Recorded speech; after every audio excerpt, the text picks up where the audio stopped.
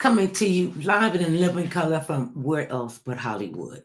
I am so pleased to have on the program. Well, I'm always pleased to have him on the program, Mr. Kennedy. We got a few things we want to talk about.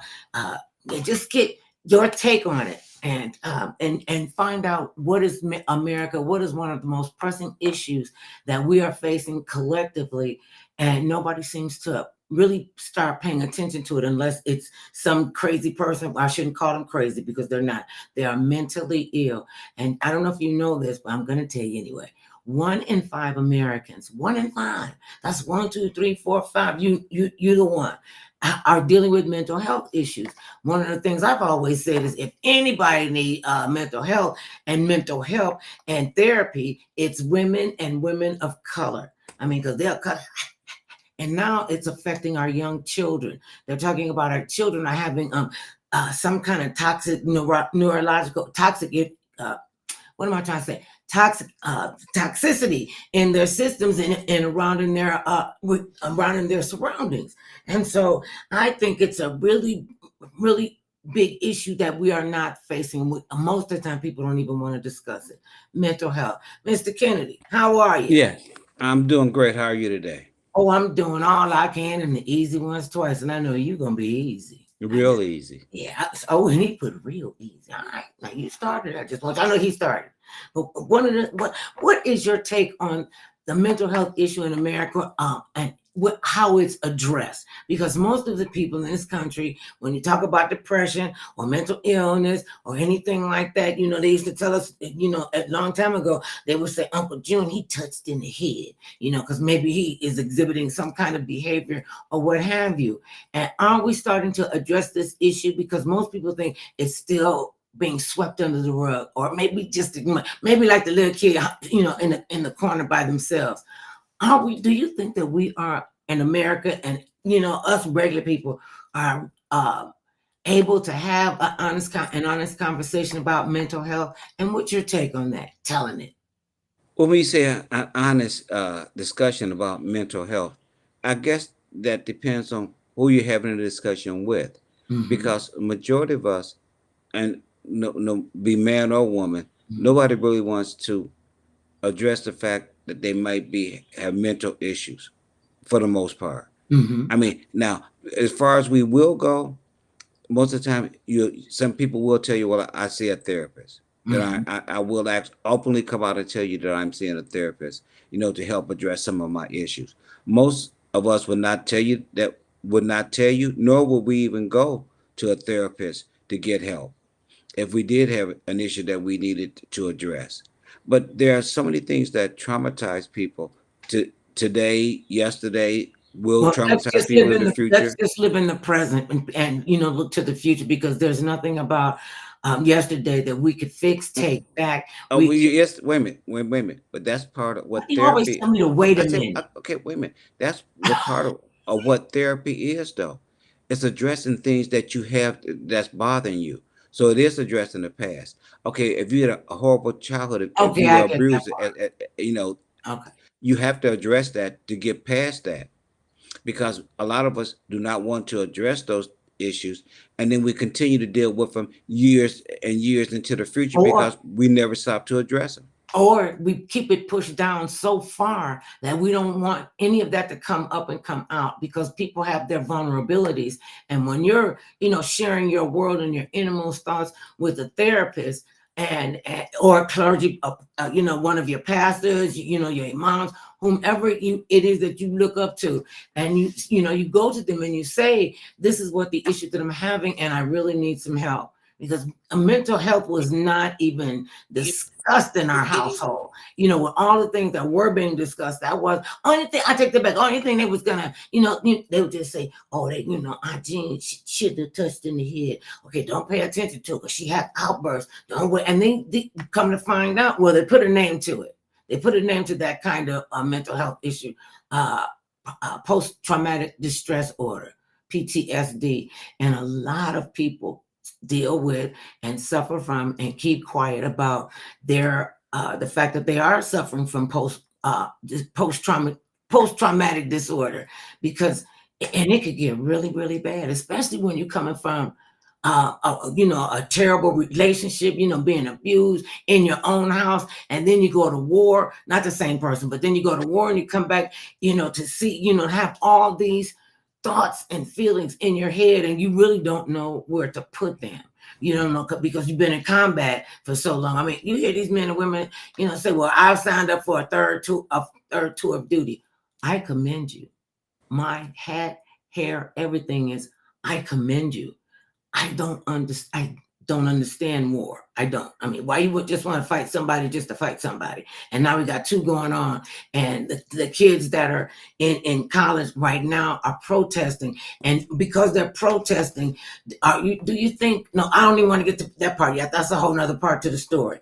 But when you think about the mental health issues, and you're willing to address them, and then you like become like this onion, and every time you go in to see a therapist, the therapist is like peeling you back layer by layer, just peeling it all the way back, and then they'll put them all at the bottom, then snatch them off. That means you can't get through something if you don't want to take the step and realize that you got something to get through.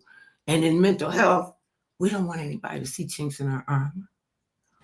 We don't want anybody to know our dirty little secrets. So we just push it down and push it down. And then when it does come up, and I'm glad you pulled my coattail on that when I said we're gonna go live in the present and go to the future. You don't address your past, good, bad, or indifferent. Then you're holding on to anger? Are you holding on to angst? And what do? You think about them now saying that mental health is a disease? Because remember, we used to just be touched in the head.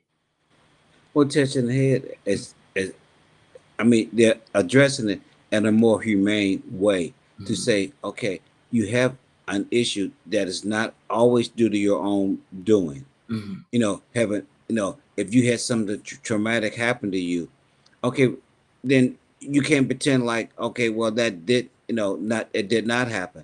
I mean, unfortunately, we hear about the kids that were molested by the priest, not to single them out, as one, but mentioning them as being kids who they say they need to go to counseling, or if they did tell someone when it was happening to them and they were not believed because of who they were accusing of doing it. And now that you find out that that was true, how did I make that child feel? They would need counseling. They would need a professional to probably sit down and talk with them and say, yes, what you were feeling, what had happened to you was real, was wrong.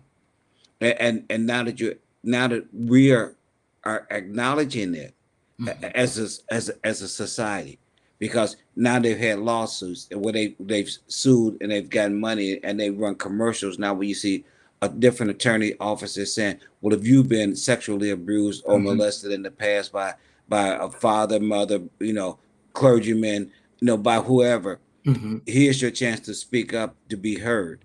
So that a lot of times people feel like that's getting that off of their chest. I mean, for lack of a better word. No, because it feels like an elephant on you. It feels like you have an anvil, like between your décolleté and and your nipples right here. And it's just like, why won't this go away? I can do it myself. I don't need anybody to tell me, what's going on inside my head. But that's part of the scar of mental illness that most of us don't like to address. I mean, we talk about it a lot. Don't want to address. We talk about it a lot more now than we ever did. And so we are addressing it far better than it was in the past, because that was something you swept under the rug and never talked about, even though secretly or behind somebody's back, you might say, oh, they need help. But would you actually reach out to try to help get them help? Or would you yourself, if you needed help, would be willing to go because you always had that fear somebody might find out that you were going to talk to someone about what was bothering you, and you're trying to unscramble your head. And the fact that a lot of us do need that. I mean, groups of people need that. Individuals. I mean, we look at all the shootings at the schools that have happened, which is horrific. The scars that you placed on these young kids' minds at such a young age. Now some of them will probably absolutely never get over this. I mean, some of them will, because they will put it in the back of their mind and say, I don't want to think about it because it's too painful. So I'd rather just not think about it. than others that won't be able not to think about it, And because you will hopefully, have that. and being able to speak up and speak out about it. I mean, it was always, you be quiet, don't say anything, don't tell anybody. Then you start hearing the whispers and the murmurs and everything that's going on. And what's her name, Charlita? She can hear the rumblings in the background. What are they saying? What are they talking about me? And then they're talking about you being pregnant at 15, but do they talk about how you got pregnant? And it could have been your mother's brother or But your, that's the shame. and you Isn't that the listen, you shame? just you need to keep that quiet. Don't you tell nobody But that's the shame, though, that. right? Yeah, That's the and then shame and then the that child you feels see like, in the family. right, and the child feels like, you doing this to me. I know it's wrong. You know it's wrong, but you better not tell your mother. You better not tell anybody what we're doing. It's our little secret. And I'm like, okay. And then when you don't speak up, they'll go through the family. They'll go through the neighborhood or at random, because they think this is their way of showing their prowess. That they can force themselves Well, on. not showing their prowess. I mean, they have a Well, mental problem too, though. I mean, that's that's what I'm getting unfortunately, at. people don't always look at it, but people who harm people younger than them, smaller than them, weaker than them, Children, they period. have a mental problem themselves, that they chose to be that Ignore. aggressive on someone that they knew that they could take advantage of. No, And that's that's a sickness too. It is, and that's why I believe it's necessary for as many, especially people of color, to go to college, get your degree in psychiatry or psychology, because we're going to need that. We're going to need that connection, because when I was seeing therapists, they were always white men, and I had two white ladies. I was like, so nobody that looks like me can help me get this whatever I got going on in Okay, my head. but by having them, though, did they still help you to be able to talk about the situation? Because I think one of the biggest issues with people dealing with mental illness is the fact that they feel that there's nobody to truly to talk to, or nobody's willing to listen. No, That's the next step. Who's willing to listen, and who's willing to take your word for it? Who's willing to say, yeah, "Well, baby, I listened to you. Tell me what happened." And yeah. kids especially need a safe place to land. And oftentimes their parents are dealing with mental health issues. I mean, when you sitting up, they already tell pregnant women don't drink when you're pregnant, because your baby could come out with fetal alcohol syndrome. Now the babies come out addicted, and they got to wean the babies off. So they don't even really get a 100% for a chance to develop. And then these drugs are put into your system deliberately. Well, I'm only gonna do it once a day. Yeah, right. Well, I And then mean, when how many of us your honestly baby think that? gets sick, when your baby becomes sick and ill, even before you gave birth, the baby's chances are very, very low. I mean, I've seen newborn I mean, babies but unfortunately, I and mean, they're because awful. I mean, if we think about the miracle of modern medicine, Hmm. a lot of people that would not have survived do still survive. And so you have to deal with the fact that now you brought a person onto this planet that is mentally and physically disabled because of your actions that you did while you were carrying that child. Hmm. No, that you need a therapist. The child will need a therapist. The father will probably need a therapist. I mean, because that is something that is easy for people to act as though it doesn't matter, but it does once you see it and once you have to deal with it. I think more people are being able to see it. They still don't want to deal with it. It's like when you put the pots on the stove and you got the big eyes on the front of the stove, and you got the smaller, graduated eyes on the back of the stove. And it's like they put all of this into a pot. It's not even it doesn't even have water in it. It is you put all this angst that you have in this pot, and you'll see the pot, and the pot got a cast iron skillet on you, a cast iron top, and you see the pot because you put the stuff in there, and you want to remember that, but you don't turn the eye on. You put it on the back burner, and you'll say to yourself, fooling yourself. Let me say, I know, fooling yourself that, oh, I really don't need that, but just in case I need to go to therapy one day, I know I could pull my issues, problems, and drama up to the front eye. And then maybe I could turn the heat on and myself and the therapist can start helping me peel away the madness. And I've seen it help people. I've seen it not it always, I think it always helps when you're talking to people, talking to a psychologist or a psychiatrist, and it's up to them to decide what they're going to do with that information, and oftentimes people will say, well, I went to therapy once. Okay, and what happened?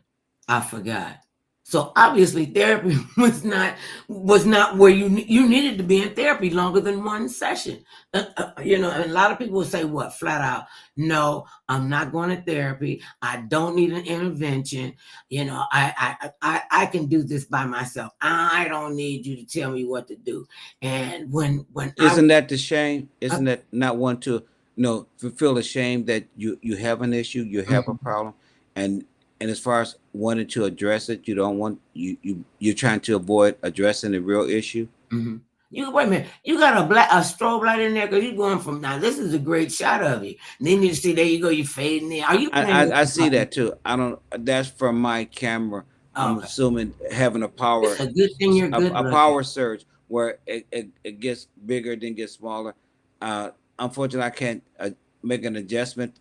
Okay, that's moving on. We can see you. We can hear you. Okay, you mentioned it. So I thought I've noticed that light and dark. Okay, because is that me? What's happening over here?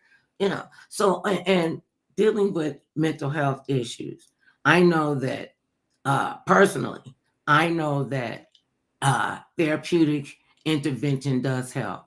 It really does help, especially when you're ready to tell your truth.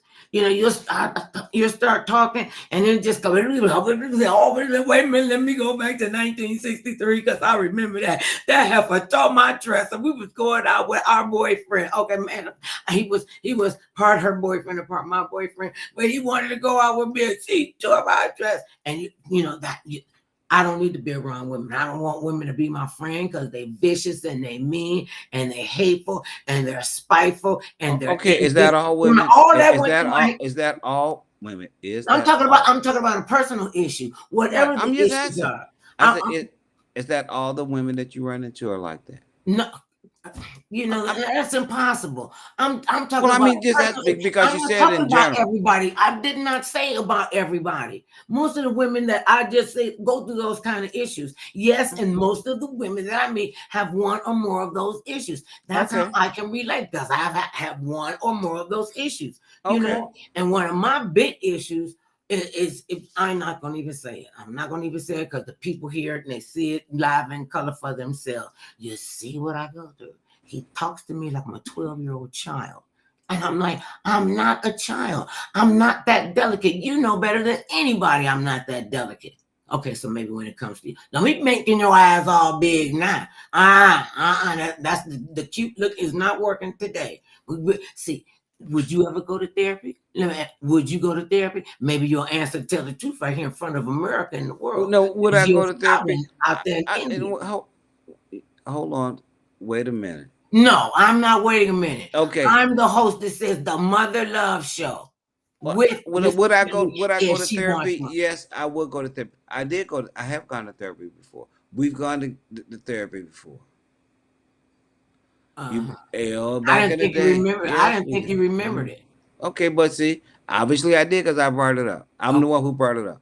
But I mean, what I'm saying is that. What did it do for you when you realized? How did you get to the place where you said, "I need to go talk to somebody about this issue"? Okay, well, it wasn't for an issue that I was dealing with in particular. It was an issue that was that we were trying to help someone else deal with, and the therapist thought that if everybody came as a group, came individually, that as she got to know us individually and as a group, that she could better help the person who needed the help. Because sometimes you have to see the bigger picture in order to know why someone is acting that way, why they're not acting that way, in order to truly be able to help someone. I mean, all the time, just simply only talking to that one person may not give you the true aspect of what's going on. I mean, not that I know that for a fact or that I've been able to, to do my own little therapy, but but being able to talk to people because no therapy, talking is therapy. Yes, it is. You know, Yes, and it is. being a good listener, to being able to listen to what someone is saying without passing judgment, to actually to hear what they have to say without saying, well, wait a minute, let me pick you apart and tell you where you went wrong, because that's not why they coming to talk to you. They probably already knew what they did wrong. What they're coming to talk to you about is how to help them get through this, to understand it better, to be able to say, well, yes, yeah, I did make those mistakes, because a lot of times we don't want to admit That mistakes we we were made. wrong. That we look at the mistakes that the other person has made or the other group has made, but never look at the mistakes that we made ourselves, because all of us should look in the We mirror. don't make mistakes. Let us tell it. We all should look in the mirror. Yeah. We really should, because if we looked in the mirror more often, we would see and understand that we are human beings and that we do make mistakes, that we do say things that hurt our mate, our friends, people that we don't even know, people that we intend to hurt. And if we stopped and thought about it, because most of us don't want to be hurt ourselves, Right. but we have, hurt people hurt others. And if you hurt, a lot of times you reach out at someone else because you're saying nobody's feeling my pain. Well, maybe because you never told anybody about your pain. Now, that's the truth right there. And oftentimes people don't want to let anybody know that there is something wrong with them. There's something, Bothering them. Not that it's wrong all the time, but it's bothering them. it bothers them to the point they can't function as a full adult or a full child as they grow. These kids, you brought this up earlier, the kids in these school shootings. I'm concerned about their mental health. I mean, they have witnessed years from now, right, horrific ramifications from this. And when the first school shooting that I remember was Columbine, and these were teenagers, and these two kids, they died, because they were bullied. And then instead of allowing that to become a marker for where we put our resources, where we put the information out, how do we talk to these kids, and the parents oftentimes, because I was always suspect, but you just never know what's going on behind closed doors.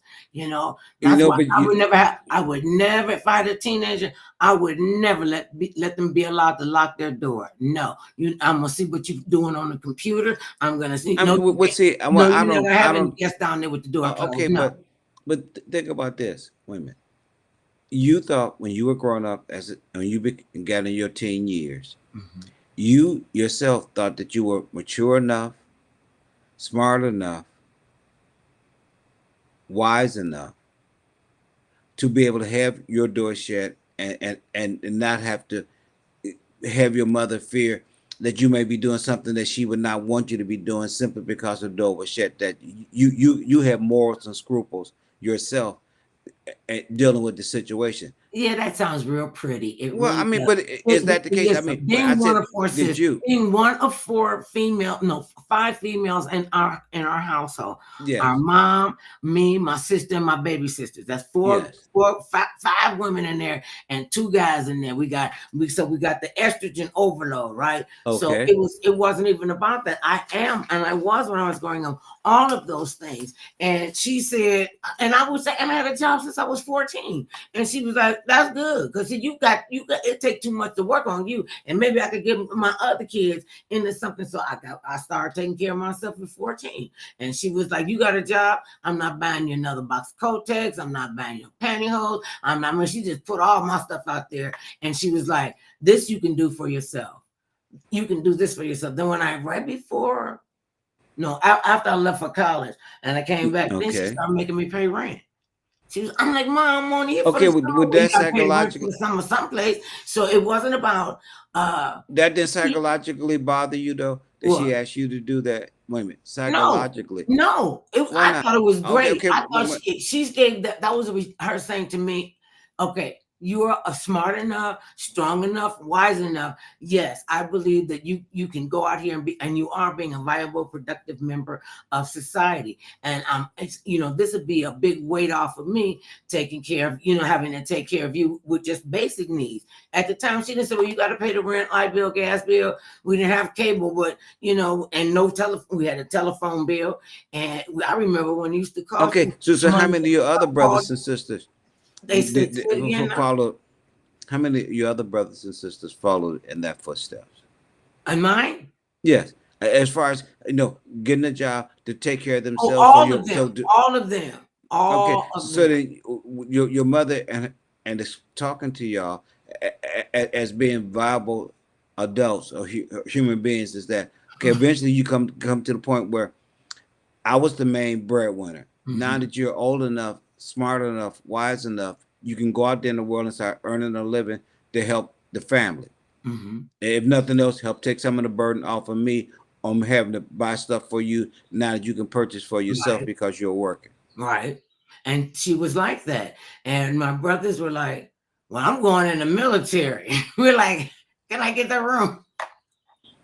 I was like, cool. And everybody went on to become viable products of our family. They started businesses. They were really good entrepreneurs that really knew how to do it. And I'm taking full and absolute credit for being the conduit for all of you all and everybody that know me and know about my sisters and brothers. Y'all know I am the conduit to their success. I mean, you got to have a marker someplace. My marker was our marker. She was definitely my marker. I mean, like 30 years older, you got 6 kids, and everybody thought she had 6 little kids. We were up. My dad died when I was 10. So others said she was like 13 and 10, 9 and 8 and 7 and 6. Because we were all stair steps. There's a 7 and a half gap between my older sister and my baby sister.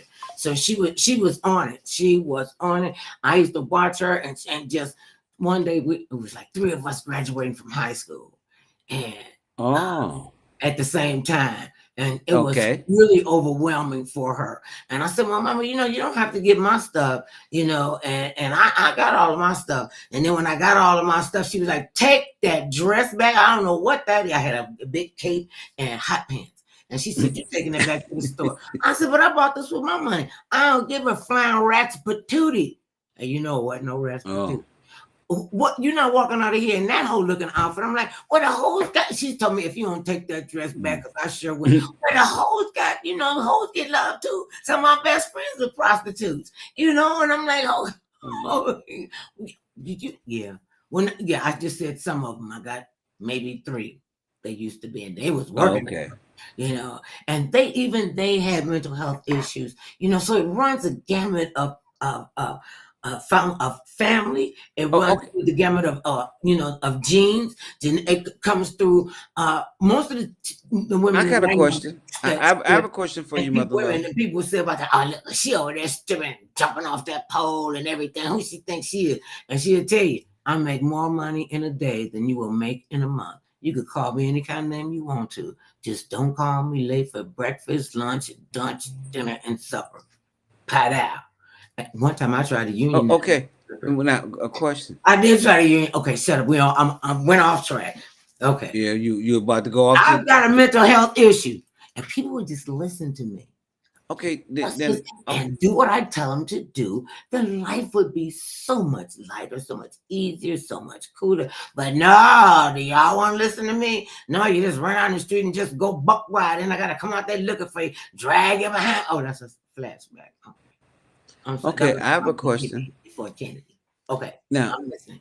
Would that be something that people should maybe teach in school, or not teach? Well, that something to address in school, the mental health. That should be maybe that all kids get 5, 10 minutes, 15 minutes with a counselor. I'm making a I'm making a suggestion based on the fact that a lot of things do happen to a lot of kids when they're growing up, and that maybe if they were addressed while they're still kids, we turn out to be better adults later in life. But we don't know when you're going through I've drama. seen Like that approach. I've seen that very approach. I'm And only asking. I have to say, I'd have to say, in that vein, it needs to start at home, because the schools, home and the schools and the churches were what our connective thread was to keep the fabric of our But the community. question that I would No, have. wait, I got the question that you asked Okay. me. I Okay. got the question. And sometimes, more often than not, that's very situation that you're talking about, Yes. having therapy as children, they weren't Yes. going to do that. They were not. They were like, and then what happens when the therapy doesn't work, because it's not they do have child psychologists Yes. and child psychiatrists, so we know that the trauma can start very, very early. I watched a little baby be born, and he came out the womb just shaking, That's the point. just shaking, and they had to leave him in the NICU for like 30 days because he was born with fetal alcohol syndrome. And Okay. So what they I'm said he's saying, going to so have then, issues, cognitive issues for a long time. And so you thank don't think God. that he would benefit for having therapy to Do I start think he would him have in been? therapy? What do- Yeah. Well, I he mean, didn't know what I'm it was. thinking He that. got a baby. All the clinicians and the parents and guardians can do is help that baby be weaned off of those drugs in their little system. Their little tiny bodies aren't made for that. And if you know a baby's little tiny body is not made for that, I don't know why people stick a needle in their arm and think that's not going to cause them even more issues. And they will say, and I know some junkies, and I was like, why are you putting this in your arm? And this was one of my very, very close people.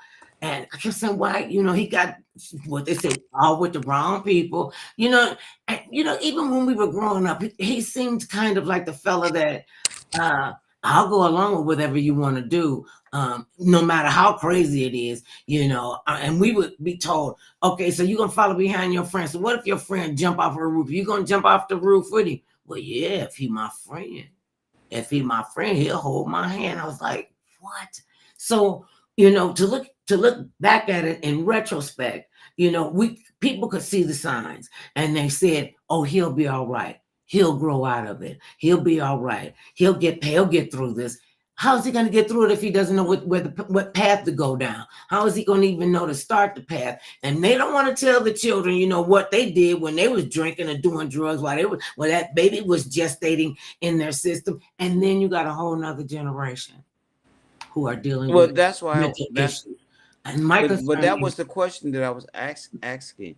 Is that would it not be something that might be a good idea that we all have a little bit of counseling while we're see, kids? that's what I was getting at. Kids will think, oh, something is wrong with me. They gonna pick on me. They gonna say, oh yeah, you stupid. Okay, you go belong in the retarded section. And kids, I mean, but kids they're say very, very brutal. say cruel things like that Yes, already, though. yes, they still say cruel things like that, and it's even gotten even worse with the advent of the internet and how mental illness is being funneled into them through this. I call it EC, electronic crack, because you got these kids that are on these devices and on the phones, and they completely tuned out to the rest of the world, and they don't even realize they have mental health issues because they can go into virtual reality. I can make this a reality.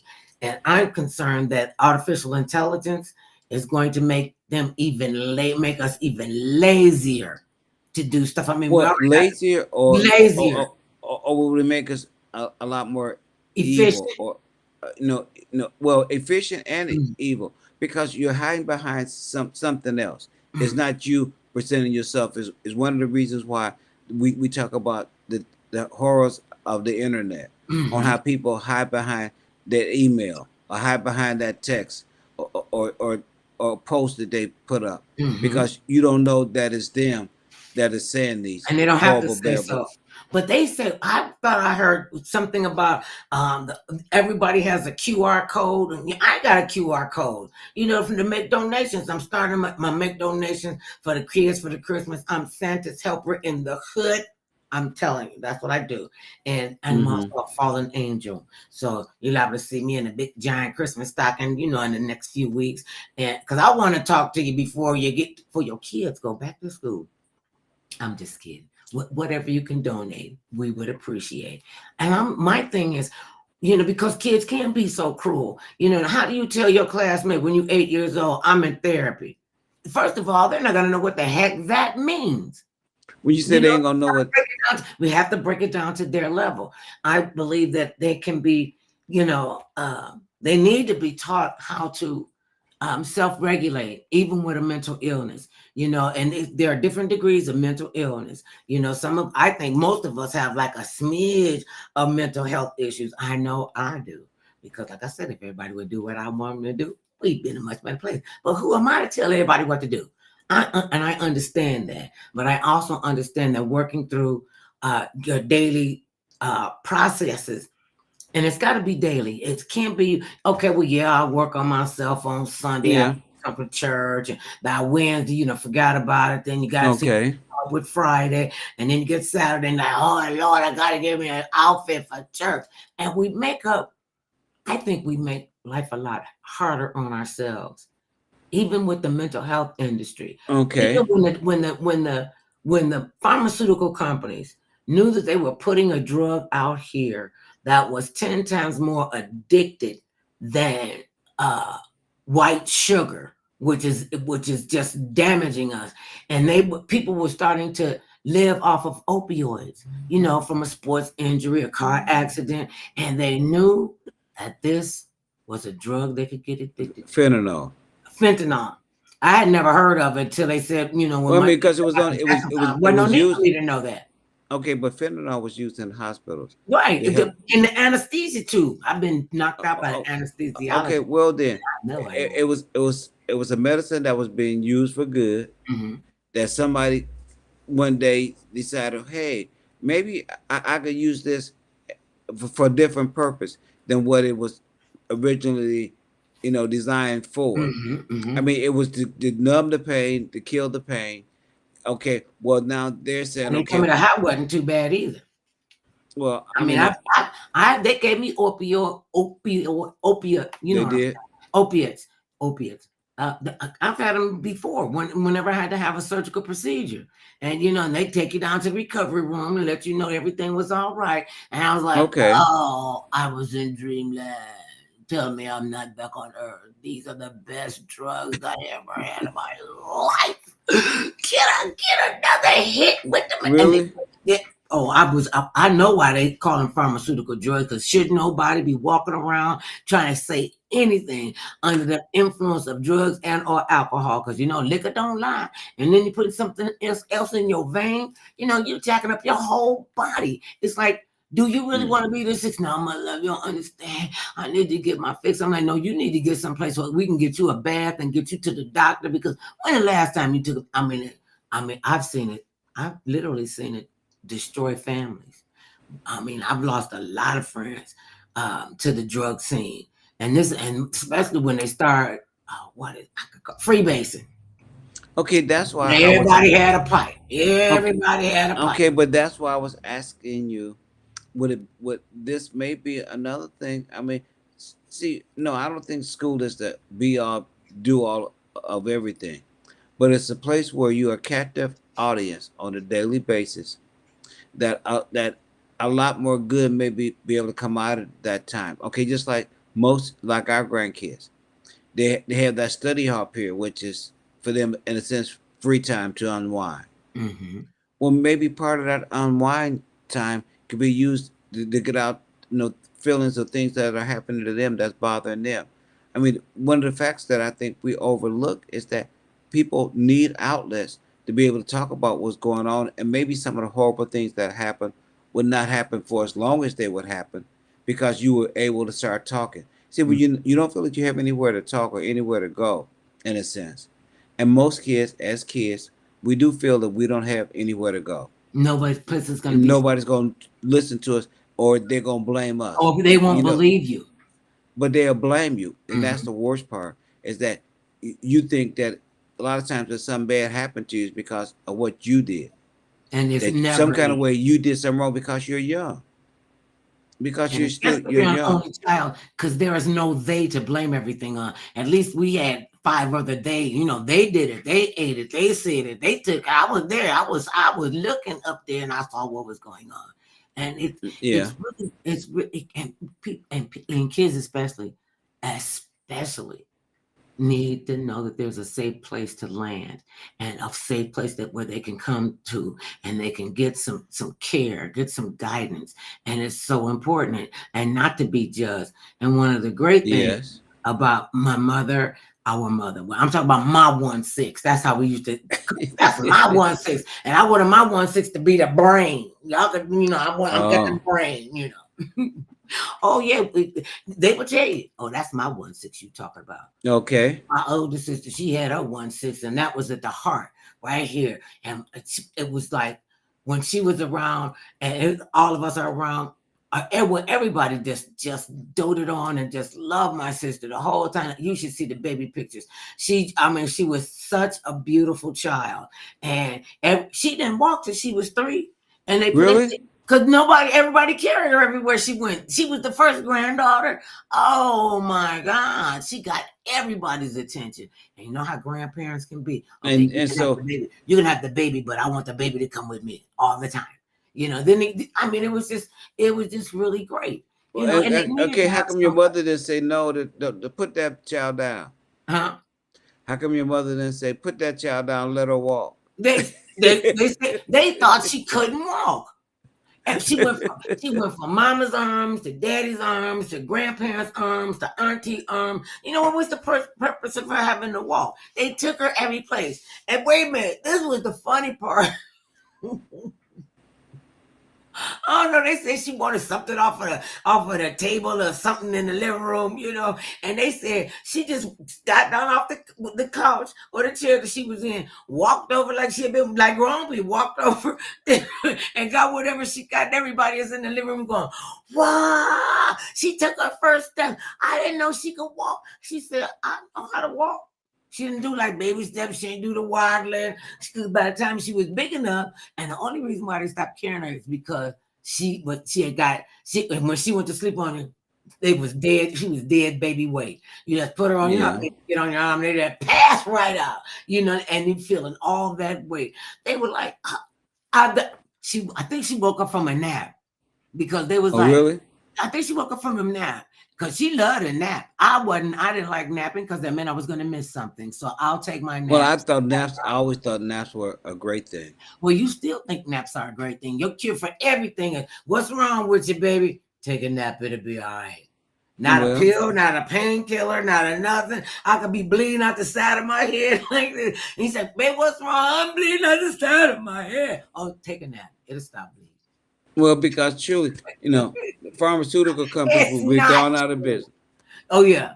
And I think when we were talking about the mental health issues with the drug companies, in all seriousness, they knew that their drug was addictive, and they prescribed it and overprescribed and But prescribed see, to the. once again, though, Mhm, even though they're over prescribing medication, mhm.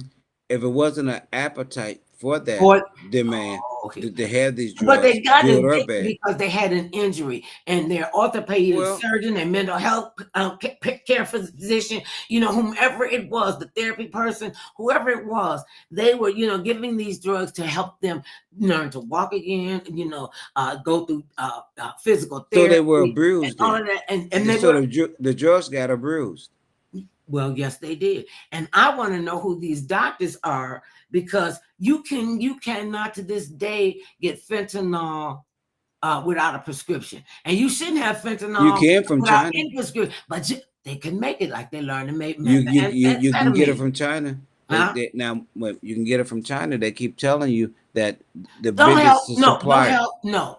Well, Strike that that. is Okay, helping. no, strike It's the China reference. Strike that. Mm-mm. okay. Wait a minute. Our drug addicts are very That's lazy. not being. Wait a I minute. ain't going to That is China. okay. Let me, if you allow me to finish. I ain't gonna let you I'm not finish. blaming China, because if there was not an An appetite. appetite for that fentanyl being laced and And being mixed with. methamphetamine. Then they learn how to make Okay, methamphetamine. but How many but but, times a but week? you're blaming the supplier versus the consumer, because the consumer has just as much responsibility, because if you were not a consumer, he would not have a market. Right. You see, so part of this is that we convinced ourselves as a society, oh, drugs, sex, and rock and roll, and maybe not in I that like order. it. Okay, just like you say, you like it. Part of the problem is that a lot of other people like it, and we wonder why we have in this country we have a drug problem. It's because we, as a society, push drugs on one another. I mean, every other commercial is some kind of big pill that you can You take, some kind brilliant. of salve that you can rub on. Tellies. If you're Oh, on the internet, there's always kind of pop-ups and pop-ups. flashes. Oh my God. They're trying to get you to say, well, here's that quick potion or that quick pill or that quick this or And that I quick think, and that I, for you you know to what? take. And that because the information is coming so fast, so fast, so fast for our young people. I mean, these kids know stuff, at 12 years old, I still couldn't fathom. And they're doing, Okay. and it's like the tobacco industry is like, okay, you making us put a warning on the back of cigarettes and let people know they could die from cancer. Okay, we'll put that on, but so what we'll do is we'll create. Snidely Whiplash, we will create us one. How about we come up with this little pen and we put this little cartridge in it and they could put it, in their pockets, carry it in their book bags, we'll put it in their sock. Nobody will ever see this. And then if they just feel like they need a hit, they could just get their little pen that tastes like bubble gum and cherries and just and blow smoke out, and now they're vaping. Now we got a whole nother generation that is going to be dealing with, if they are not already dealing with, vaping. And a lot of the kids, they say, well, at least I can smoke anywhere. It's still smoking. It's still vaping. You're still, and you're causing yourself even more issues. And saying that's one of the best things I could have done in my whole life is quit smoking cigarettes. Oh yes, I agree. 1,000%. And and it was. I'm not saying it was easy, but yes, it was, because I'm the kind of person, when I tell you I'm through with something or Okay, somebody, no, that's I'll it. tell That's you, all. no, it was not easy. No, it was not. I mean, you might, if Because you I, might have I thought felt that, like I could okay, bite metal. right, because no, it was not easy because everybody who stops doing something that they were doing go through withdrawals. So yes, you had to go through withdrawals, even though you were able not to purchase another pack. That's one thing. But saying that you had no effects because if you were smoking almost a pack a day, I never smoked a pack of cigarettes a day. I smoked 3 cigarettes a day. That's why my oh, cigarettes don't stayed in don't the try that. freezer. I Okay, didn't. I did. no, you maybe I'm. spoke through three I know. cigarettes That's why I had a carton of with one cigarettes. person You because get. You get. because I you were think you around got. other Wait. Wait. people Wait. that Wait. smoke. Wait a minute. Wait. When I stopped smoking, uh, You I was here you in went around a California. lot of other people that I was smoke. what? You were not around a lot of other people No, that I smoke. wasn't, and Okay, that so that that made wasn't a even difference my issue. because when you were, wait a minute, you did smoke more. You didn't buy a pack of cigarettes and only smoke 3 out of that pack the whole day. No, unfortunately, no, that did Well, not. see, you wasn't even paying attention to it, Oh, because yes, I was, because when I I used to tell came you out about it here, all the time. when I came out You here, used to burn up almost a third of the pack. Did you just no, let burn up? You light them and just let them burn. no, that wasn't me. That was my other sister. They looked like me. I'm like, that wasn't me. Wasn't me. I don't know who you talk. That was my alter ego, other love. I don't know who you talk about, and it could have been her cousin, another love, but. No, and Okay. yes, I admit that I had withdrawals, and one of the first things I realized was the taste of food. And I Okay. smoked for 20 years. It Okay. was So taste. now wait a minute. See, and for 20 years, that's a long time. Yeah, but I was not considered a heavy smoker. My Okay. other sisters and brothers and friends, they would go through, they would buy cigarettes a pack at a time. And I'm like, since I have a habit, why would I want to, run out of cigarettes?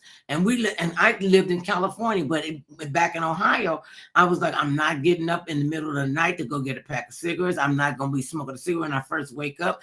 You got bad breath. You got halitosis from smoking, from sleeping already. Then you roll out of you don't even, some of them wasn't even out the bed. They just rolled up their cigarettes right there in the ashtray, cigarette, and they woke up. And as soon as they get their first 2 or 3 hits, then they get on up and, go about their business. I wasn't doing all that. That was like nasty. And the second thing I realized after the fact that I could taste food it really did help my mental acuity.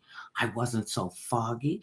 I could make better decisions. I can make very quick decisions. Whereas when I was smoking, and I didn't even realize that because everybody smoked. Everybody smoked. And everybody would not buy their own pack of cigarettes. My mother, she you live, you die, you smoke, you buy. You know, so no, I'm not giving you a cigarette. Then they ask me, you got a lighter? You got a, well, what the heck you doing with this habit and you couldn't even pay for it? You pay as you go and you won't owe. So that was the credit card. But they would smoke up their cigarettes and they would come over to my room and say, can I borrow a cigarette? How you gonna borrow a cigarette? You're gonna smoke up the cigarette and then you're gonna come back and ask you for another one. I'm not gonna do it. And I learned to keep my cigarettes in the freezer and the tobacco stayed fresh. And it didn't have as many chemicals in it as it does now. Oh, yes, it did. Yeah. They got more chemicals. No, it didn't. People, what happened to our face? I ain't Okay, no. I'm there saying, we go. no, saying that tobacco. I mean, they put more chemicals in. Maybe they are putting more chemicals. They are. But they had enough already in them. I don't know how they have room to add anymore. My great grandmother, God rest her soul, she smoked cigarettes, filterless cigarettes. She said it was a bunch of pansy ass candy wrapping people that smoked filtered menthol cigarettes. So, and my mother didn't smoke menthol cigarettes, and my father didn't either. They both smoked Philip Morris cigarettes. And call for Philip Morris. We were singing that all the way to the store. And both of them smoked. And so when I started smoking, I only smoked menthol cigarettes. And the tobacco. But that was some of they claim those are some of the worst kind. Okay, well now we found that out. My biggest reason for quitting. Okay. Now tell them what happened to you while you grimacing in pain. Okay. So about the part where I hit the cabinet, or about my okay, she tore a rotator cuff. And you said, let me tell you, this is why I get this. Okay, well tell her this. You weren't telling her that you was beating around the bush. I wasn't. And I listen to this every day. You know, he used to be a quiet man. Okay, get to the bush. Now he's a very talkative observer. Get to the bush. He wants to run the show. I'm trying to divert. They don't need to know about all my ailments. Not okay, because it's screaming now. Oh, my shoulder is screaming. Oh, that's why. Listen, when you get a certain age, your body gonna start Stop beating around the bush. Oh, I'm telling you, it's gonna be an issue. And I'm telling you, beating around the bush. Well, I'm beating around the bush. I'm, trying. I want young people to take care of their health and their bodies, because when you get to be a seasoned citizen like I am, I just be walking down the street, I could stumble, and people think it's something, and they're like, "What did she stumble on my own feet?"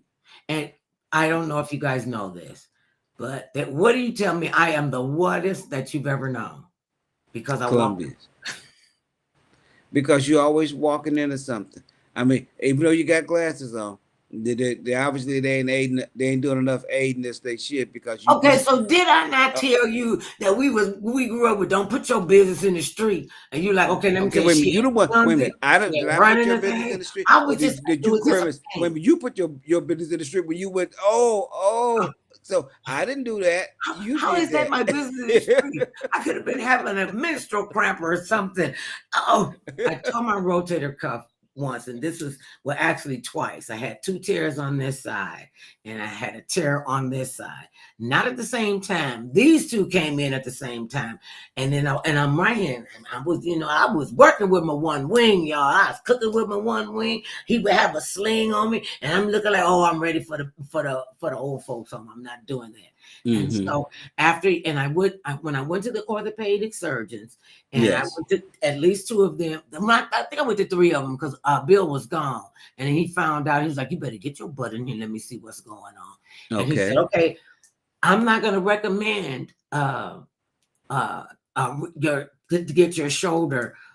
What did I have? My torn rotator cuff. My torn rotator cuff, and I never knew how important your rotator cuff is for doing something simple like moving your arms out, kissing, cooking. I had to learn how to do all that. And this went on for like I don't know how many months, because he said Mm-hmm. you could have rotator cuff surgery, and we can repair both of them. We can't do them both at once, but we can repair them one at a time. And he said, well, at your age, I wouldn't want to recommend it for you, because he said this. He said women over 40, 45, they have more problems after they get their rotator cuff put back together. And I was like, well, I guess I'm not built like a man. Well, So, and I okay. asked you. And this is what made me say I'm not gonna do it. I was shooting a pilot for a television show. Hey, babies, how y'all doing? We gonna get it together. And one of the kids that was on the set, his mother, she came in, she got a sling in her arm, I'm like, okay. And me, I'm nosy. I'm like, well, baby, what's wrong? Because she was like grimacing like she, like I just did. And she said, girl, I'm in this godforsaken, I'm cleaning it up, sling that I'm going to have to wear for no less than 6 weeks. Then they're going to change it, and it's going to be something else I have to do. So she said she was going to 6 months for her rotator cuff to heal. And he was saying, well, women don't really tolerate this surgery well. And I'm telling you, you might not ever get your range of motion back. And if operating on you, yeah, that's what he said. If operating on you to tighten it, you probably will not get all your range of motion back. And I was in here hustling, I was in here moving, I was in here doing whatever I could do. And it didn't have the surgery. Now on my right side, right here, your left side, but on my right side, because of fear, you know what? I'm sending you back into the ex-husband's corner in a minute. Oh, that's me? Oh, yeah, that's you just wait. My next husband gonna look just like you. That's what I'm the next husband. Could you just let me have that? So anyway, my rotator cuff, this part healed, and the back part, it took longer for the back part to heal. And just something simple like, and he said I would have bouts, off and on, and just as long as I took care of him, was cognizant. So I was cognizant, and I went into the cabinets. I close the cabinets when I opened them. And I ran to the cabinet several times. I fell over my stove trying to put some buttermilk on some homemade biscuits in the oven. I fell down, and I'm always falling down. I am a very clumsy woman, because this is when I bust my head wide open on some of the fall. And I fell on concrete at least 3 times. Really? Oh, yeah. I've told you I couldn't get up on that stoop. And I stepped up, and everything just went cattywampus. But this one it's just aching. And when we finish, you could come kiss my rotator cuff. That's not feeling so good. You need Papa, don't you? Yes, Mom, I need. I'm talking to my body parts. I told you. Sometimes mental illness is a good thing.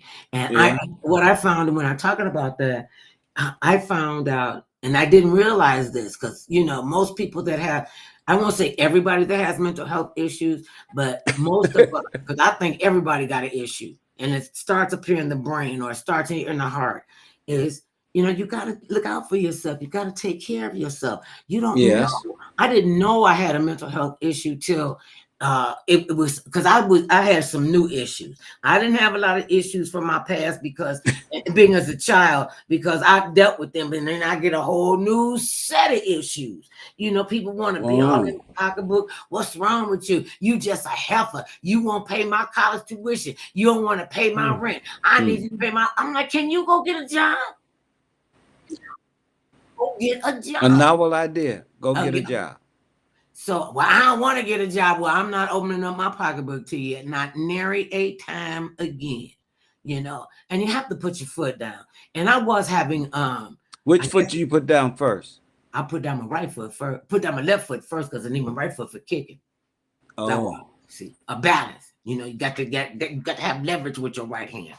And I just want to give a big shout out to children, they still children, to the young people who are having a peaceful protest to protest for the Palestinians and protest against Israel, and for Israel to protest against the Palestinians. We're only going to be here for a little while. We can have a peaceful process. It's in the Constitution. I wish you would read the Constitution of the United States of America and understand this. We are all in this together. And don't forget, no matter how big or tall, short or small, thick or thin, matters not what kind of skin you're in. Everybody needs some mother love. Sure you do. Join me. I love you. Thank you, Mr. Kennedy. Even though you oh, I'm getting, oh, no, I need that on my shoulder. Oh, double shoulder. Thank you, That's not baby.